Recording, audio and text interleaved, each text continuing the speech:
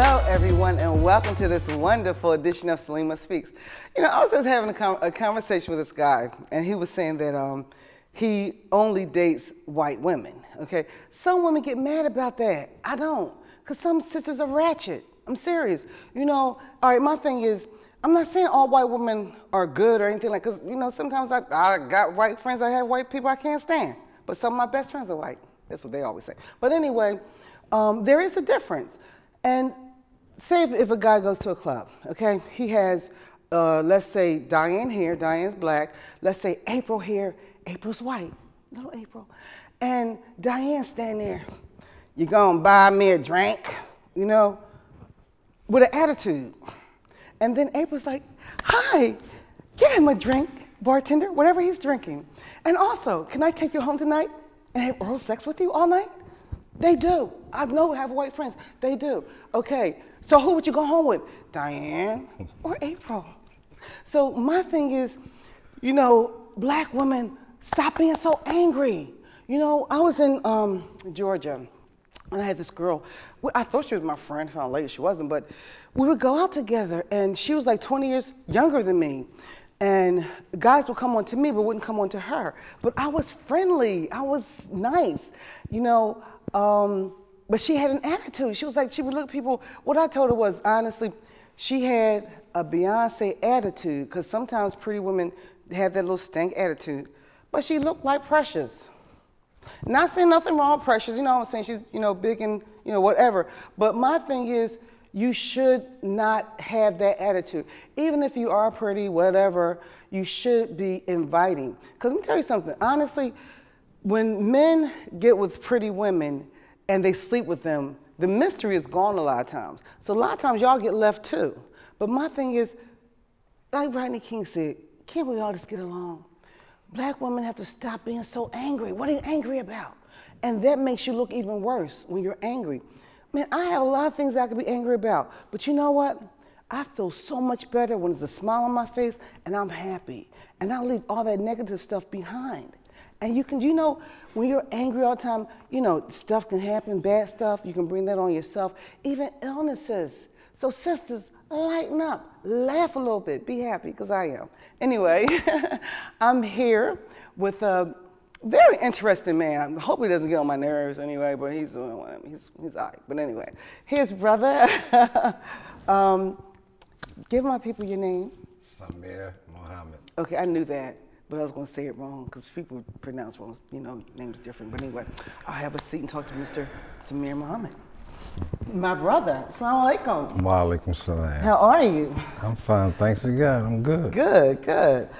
It's a pleasure to have you here. Thank you. On my show. And tell me a little bit about you. Where are you originally from? I like that bracelet. Anyway, well, where are you originally from?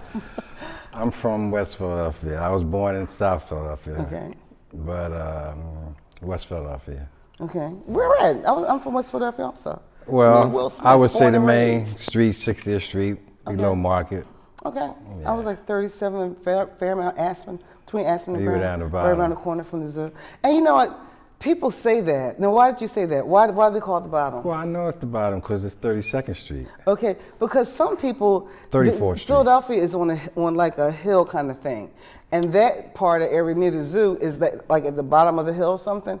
But people have turned that around as a stigma to say, oh, you from the bottom. You know, and when I was from the bottom, it was still a vibrant area. You know, we still had white people live there back then. But anyway, it's people put a stigma on like, yo, you came from there, so you're whatever. But just said that to let you know that the bottom is not a bad place. Anyway, so what school did you go to? West Philadelphia. I did too. I didn't see you there. Where did you graduate? 1974. Okay. Were you a good student then, would you say? No. Really? I mean, I was an academic student, but was I a good student? No. Well, did you, like back then they had gang wars and stuff. Did you get into the gang war Yes. thing? Did you? Yes. Now tell me, okay, I have a guy here. Why? Why gang wars? Well, none of y'all owned it. I actually didn't want to be a part of the gang. I had my own thing. I was very sports inclined. Okay. And I loved to play sports, and that's what I did all the time. Okay. But as we got older, 15, 16, those were the days of Kool and the Gang, Earth, Wind and Fire. So on the weekends, we go down South Street and get our little outfits, and we go hit the Civic Center, Just Jazz and all that stuff. So we became popular because we dressed real nice. Okay. And most of us. So you were saying that you didn't want a gang war, but you did. Yeah, peer pressure. I was going to say that because so the guys that you were around were in it. So they. No, the guys that I was around was not in it. Okay. We considered ourselves just going out to the clubs and having a good time. Okay. If need necessary, we stuck together. That's what you did in your neighborhood. We wouldn't allow anything to happen to anybody in that neighborhood. But other gangs seen, start seeing us more and more, the gangs that were in our neighborhood, and then they wanted us to be a part of them. Okay. So you kind of had no choice. Yeah, we fought against them for a while. Okay. Because we didn't want to be a part of that. Right. But eventually, we became a part of them. So y'all used to, see nowadays, you see these, I don't know if they still have the gang wars and stuff, but now, guys, they don't have knives and rocks and bricks, they have guns. That's what they pull out first. Did you guys have guns? Or you had guns, was you had a zip gun, somebody might have a 32, but it was... Okay, now zip gun. I just found out what a zip gun was, believe it or not. So maybe some of my people don't know what is a zip gun? Zip gun is a piece of wood with the old latches that went across the door. Okay. And some rubber bands. Okay. And I don't know how to make them, but they were made. And you put a bullet in the rubber band? You put a bullet in it, and you pull the latch back with the rubber bands and released it. But that couldn't, okay. But it wouldn't have the same force as a gun, though. Oh, it could kill you. Really? Yes. Wow, okay. Yeah, the velocity of it, traveling. So, but you got out of there. How did you eventually get out of that? How I got out of the gang war? My cousin was killed. I was going to ask you, did anybody know? Yeah, my cousin was killed. He was my role model. Good guy, honest guy. What happened?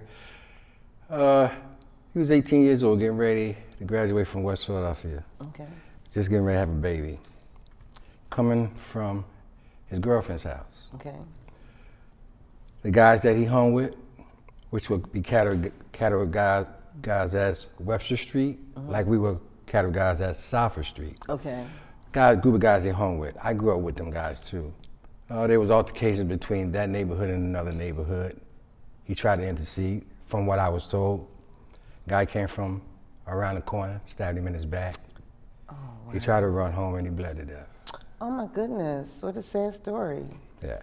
So after that, you got out? My parents got concerned because the gang war was actually,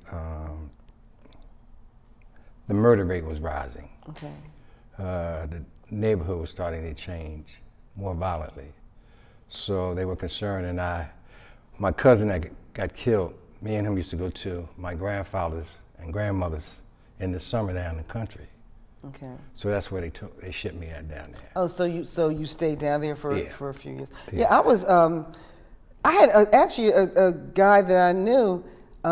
We had friends that were in this group, and they were from South Philly. Well, the guys we didn't know, and we were at the Water Ice stand, 37 in Aspen, and the neighborhood guys, these guys from South Philly, came and, oh my God, the guy had a cane with a gold handle, and he busted the guy in his head, and all the blood got on me. I'm like 14 years old, wasn't supposed to be dating anyway, and I had to go home and explain, I have all this blood on me. It's like, are you serious? The guy didn't die. You would have thought he would have died, all that blood. But it was like, I couldn't understand it, and I guess I still can't, because all right, if somebody's from 37 Aspen, somebody's from South Philly, you're still black men or black boys back then. Where you had no unity, I guess. You didn't look at that at that point. Okay. It was a time where I guess identification, belonging to something, and actually this is what I think. When certain homes were broken up, there was no role model in it. Them people created the gangs in the neighborhood and forced the other people who had a structure in their family to participate in gang activity. Okay, now, were you raised by both parents? Yes. Okay. And to a certain point in my age, in my life. So at a certain point, your dad left or whatever? At the age of 13, my mother and father split up. Okay. And how did that affect you? Terrible. Okay. My father was my role model. Wow. Well, did you see him after that? No. Not, he would come around, but not enough.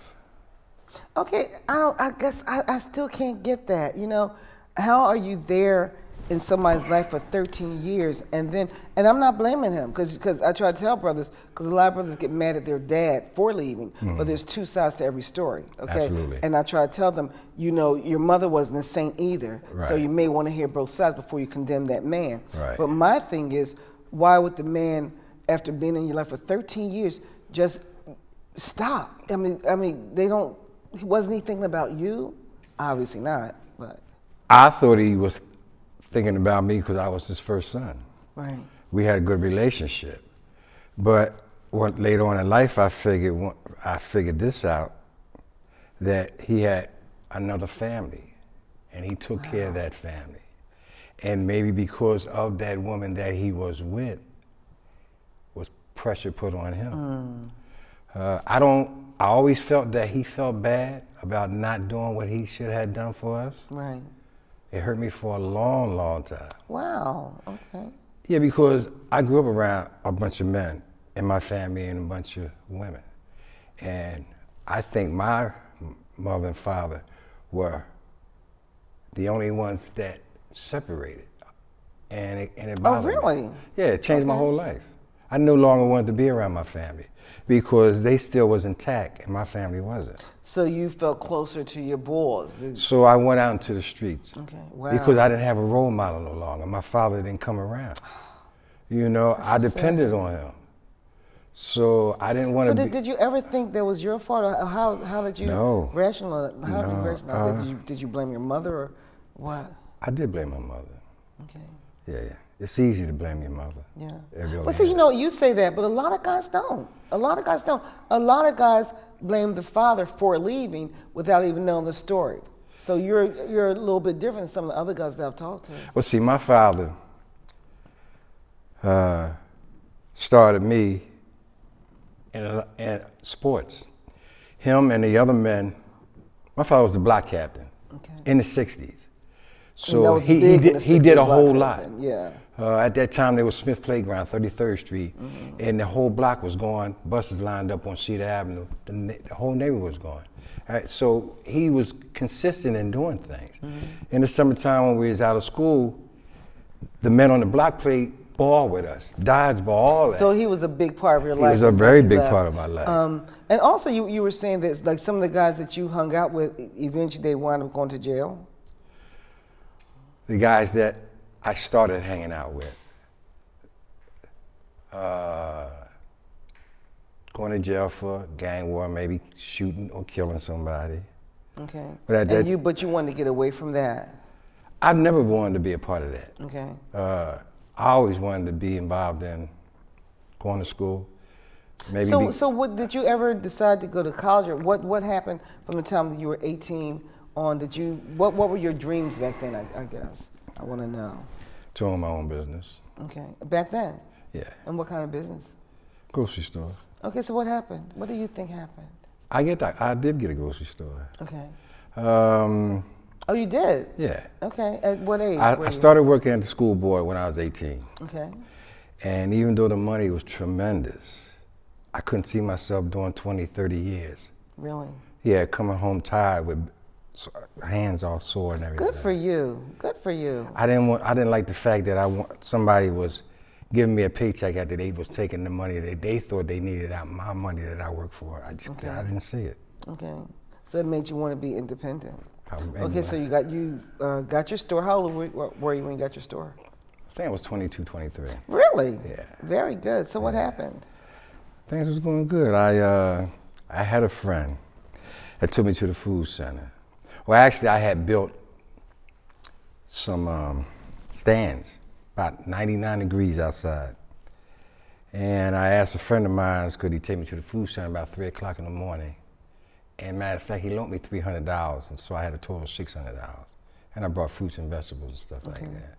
And that day, I set up, and it was integrated at that time. I had white people, black people. I would get the kids that I knew, write down the stuff. I would sell just like South Street, 10 oranges for $1, 5 pounds of potatoes for $1, because I needed to flip it real quick because I didn't have refrigeration. Okay. So now you're leading up to when you lost your store, when you went to so things was doing good, but as I started accumulating some money, my goals start not being Pacific. Okay. I started allowing other things to incorporate my income. Like selling drugs? Yes. Okay. How did I know that? I'm such a genius. But I just in the neighborhood in the town. Yeah. Well, you grew up hustling. I mean, because I come from a single home. My mother couldn't afford the things that I needed. So you did what you had to do. So you had to kind of take on the father role. I had to take on the role that I didn't want my mother to take care of me. Okay. So, all right, so now we get to the point, you have a store, everything's going well, but you're selling drugs on the side and everything. So what actually happened for them to come and physically take you from your, did they come to your store, did they come to your house? How did they do that? My daughter's mother and my daughters were living upstairs.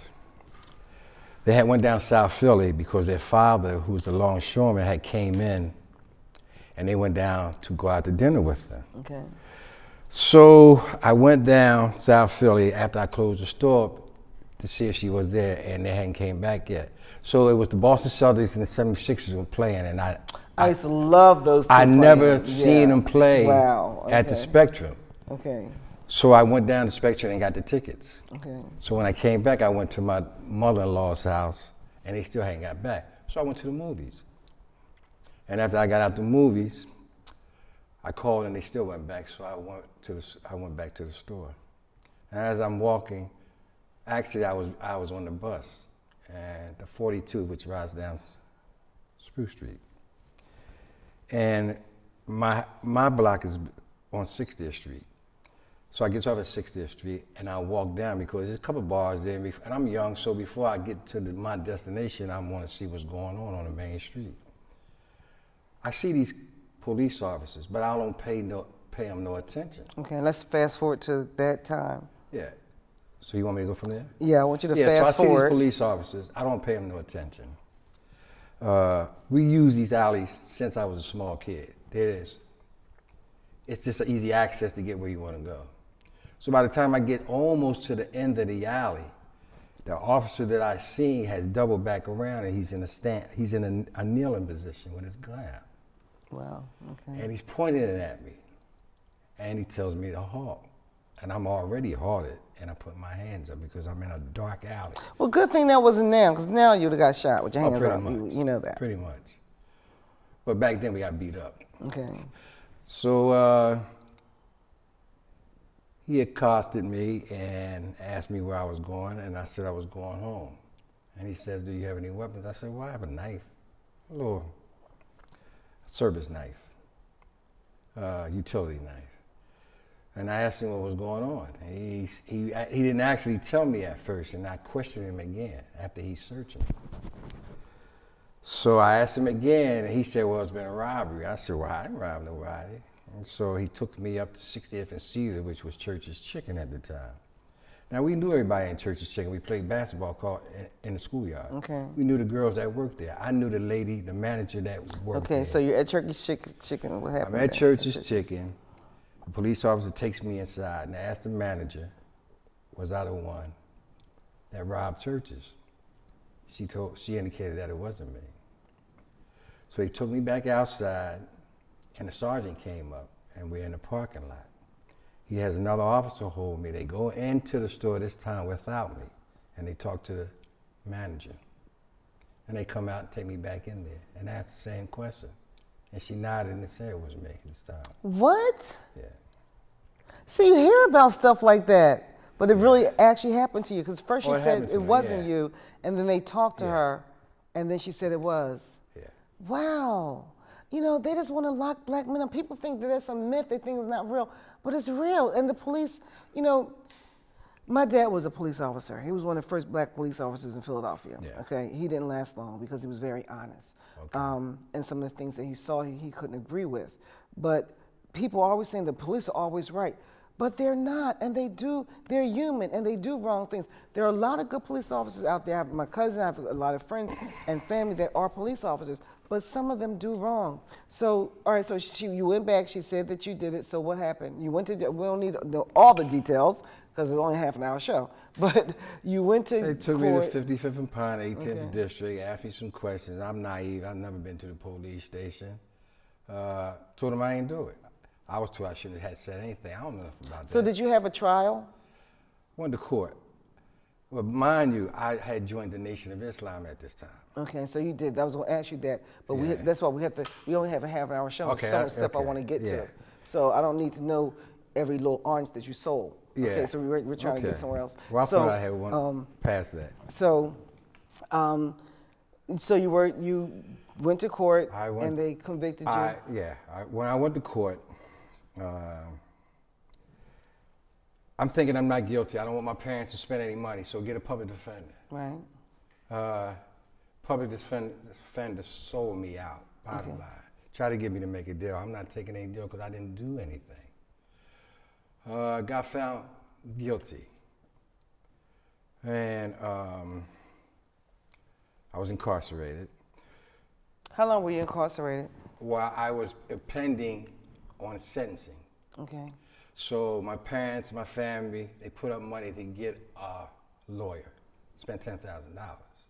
Got out on an appeal from my conviction for 3 years. Fought it on the streets. Everybody's saying you're gonna beat the case, but I felt that I wasn't. Okay, so you didn't beat the case, now you're in jail. No, I didn't beat the case because the judge asked me, was I a black Muslim? Okay. And I told him, of course I am. Okay. And so let's go back past that to you. You're in jail. How long were you supposed to be in jail? How long was your sentence? 1 to 2 years. Okay, so how long did you do? 18 months. Okay, now you were in jail 18 months. Do you think that 18 months in jail, do you think that affected your life? Turned my life around. Really? How so? This is what happened. The first 4 months of incarceration, all I could think about was killing this lady because she ruined my life. I just had a brand new daughter. I lost my store. I wanted revenge because I didn't commit this crime. Right. After 4 or 5 years, 4 or 5 months, I started getting involved with every activity they had to offer. Dry cleaning, art certificates. I came out there with a bunch of stuff. Okay. I even had enrolled for college January 19th. I was paroled on the 18th. And I got out thinking that things were going to be better for me. Okay. Which wasn't the case. So you spent 18 months in jail, which 18 hours would have been too long for me. But especially 18 when you months, didn't commit a crime. Exactly. I know a brother that's been there for almost 35 years for a murder he didn't commit. So when you got out of jail, why was it so hard for you, do you think? Well, I'm thinking that, okay, I went to jail for something I didn't do, but I got all these certificates for something that I didn't have while I was out there in the streets. I'm going to utilize what I got in this incarceration to make it better for me and my family. After going to college and being in classes for almost 6 months, I decided to go and see if I could get a job in the field that I was taking up. And what was that? Social services. Okay. So when I would go on the interviews, and most interviewers were young white men. Okay. And even though I knew and they knew I was qualified for the job, there was always, have you ever been arrested? Okay. And I would honestly tell them, yes, I had, but let me tell you, I went to jail for something I did not do. And they don't want to hear that, of course. Didn't matter. I had a felony. I was a black man convicted of a crime. And that was enough to not allow me to get a good job without using physical force. So now you know, honestly, you went to jail for 18 months for something that you didn't do, and that affected your life. So many men, black men, are in jail for crimes that they didn't commit, and people don't think that 18 months is a long time, but it could affect your life because now you have this conviction, and people are going to look at that, and nobody's going to look at you and say I'm innocent because, like Morgan Freeman said in one of my favorite movies, Shawshank Redemption, he said, "Don't you know everybody in here is innocent? Is innocent." Because from their stories, they're innocent. Right. You know, so that's the thing. You know, everybody's innocent. Nobody wants to admit to what they did. So you know, so when people hear you say I'm innocent, they're like, sure you are. You know, so they still wouldn't recognize you as this guy's a good guy. So were you ever able to be a social worker? No. Okay, if you have a felony, you can't do that. At the time, having a felony and being black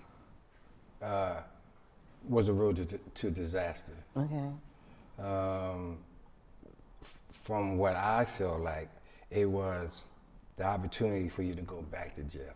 Oh, of course, of course. You know, they say it's a revolving door. Now, you did 18 months, now you're out, you can't get a job, so now you may have to do something illegal to make money, and then you get arrested again, now you're back in jail again. Then it's a circle, and the powers that be know that. They know that. You know, lock him up, he's done.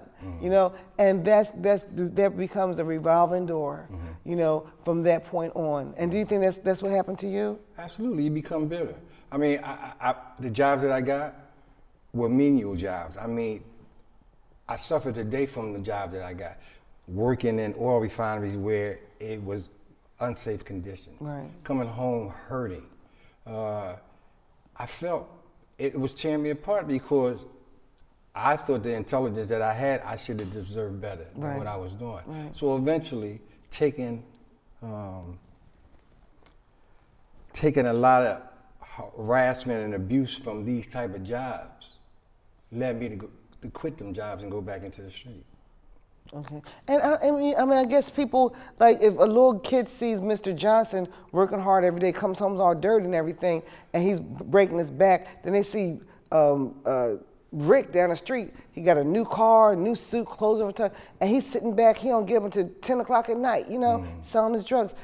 What would a little mind want to do? They want to be like Rick, not Mr. Johnson, you know. So it happens, you know, so much in our neighborhoods. So what are you doing about it? Do you think that anybody can do anything about that? I think people like me and other people that have had similar situations. Well, do you speak to young people about it? I haven't, but I would love to do it. Okay. But I think we need to network more men that has been in that situation, has it come together. I agree with you. So because trying to do something by yourself, it's hard. Okay. You need well, I agree with you, and you know, we need more brothers like you. And I want to thank you so much. Believe it or not, our time is up. For coming on my show. And there's so much more that I want to talk to you about. Maybe at a later time. Thank you so much, brother. Assalamu alaikum. Wa alaikum salam. And thank you for seeing this wonderful edition of Salima Speaks. I hope that you learned something. You know, I did. You know, even like a short time, like you say, 18 months in jail, can affect a man's life for the rest of his life. So anyway, remember, love yourself, love and try to understand others. And honestly, don't forget to stretch. Man, I do it every morning before I get out of bed. Okay, bye-bye. Thank you.